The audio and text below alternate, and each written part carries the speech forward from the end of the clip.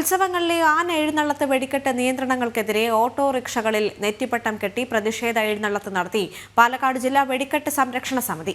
പാലക്കാട് കോട്ട മൈതാനത്ത് നിന്നും സിവിൽ സ്റ്റേഷനിലേക്കാണ് പ്രതിഷേധ എഴുന്നള്ളത്ത് നടത്തിയത്. ക്ഷേത്ര ആചാരങ്ങളെ തകർക്കുന്ന നിയന്ത്രണങ്ങൾ പിൻവലിക്കണമെന്ന് ഉത്സവ കമ്മിറ്റികൾ ആവശ്യപ്പെട്ടു.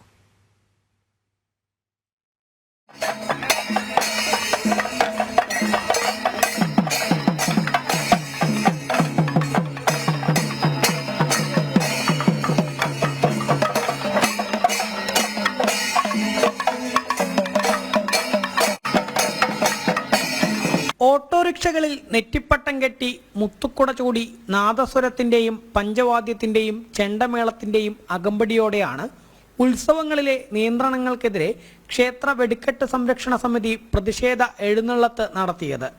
ഉത്സവങ്ങളിലെ ആന എഴുന്നള്ളിപ്പ് നിയന്ത്രണങ്ങളും വെടിക്കെട്ടിലെ നിയന്ത്രണങ്ങളും ക്ഷേത്ര ആചാരങ്ങളെ തകർക്കുന്നതാണെന്നും അത് പിൻവലിക്കാൻ തയ്യാറാവണമെന്നും ഉത്സവ കമ്മിറ്റികൾ ആവശ്യപ്പെട്ടു.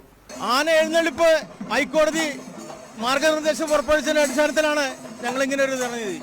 പിന്നെ അതുമാത്രമല്ല, വെടിക്കെട്ടിലും മാർഗനിർദ്ദേശങ്ങളുണ്ട്. അത് ഞങ്ങൾക്ക് സുതാര്യമാക്കണം. അതിനുവേണ്ടിയാണ് ഞങ്ങൾ ചെയ്യുന്നത്. വെടിക്കെട്ടിലെ നിയമം ഇറക്കിയ നിയമങ്ങൾ പിൻവലിക്കണം. പുതിയ ഇറക്കിയ നിയമങ്ങൾ പിൻവലിക്കണം. ആന എഴുന്നള്ള മാർഗനിർദ്ദേശങ്ങൾ ഇറക്കിയിട്ടുണ്ട്, അത് പിൻവലിക്കണം. നിരവധി ആളുകളുടെ ഉപജീവന മാർഗം കൂടെയാണ് ഉത്സവങ്ങൾ. അതിനെ തകർക്കുന്ന നടപടികൾ അംഗീകരിക്കാനാവില്ല. വിഷയത്തിൽ സർക്കാർ നിയമനിർമ്മാണം നടത്തണമെന്നും വെടിക്കെട്ട് സംരക്ഷണ സമിതി ആവശ്യപ്പെട്ടു. ഉത്സവങ്ങളെ വേണ്ട എന്ന നിലപാടിലേക്ക് ചില എൻജിഒകളുടെ ഗൂഢാലോചനയുടെ ഭാഗമായിട്ടാണ് ഇത് നടപ്പിലാക്കിയിരിക്കുന്നത്.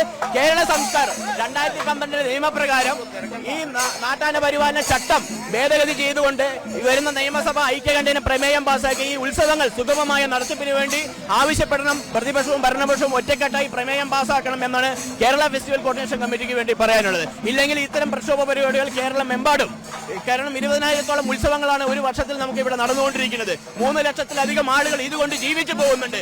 ജില്ലയിൽ ചെറുതും വലുതുമായ 4000-ലധികം ഉത്സവങ്ങളാണുള്ളത്. നിയന്ത്രണങ്ങൾ ഇവയെല്ലാം സാരമായി തന്നെ ബാധിക്കുമെന്നും ഉത്സവ പ്രേമികൾ പറഞ്ഞു. ജനം, പാലക്കാട്.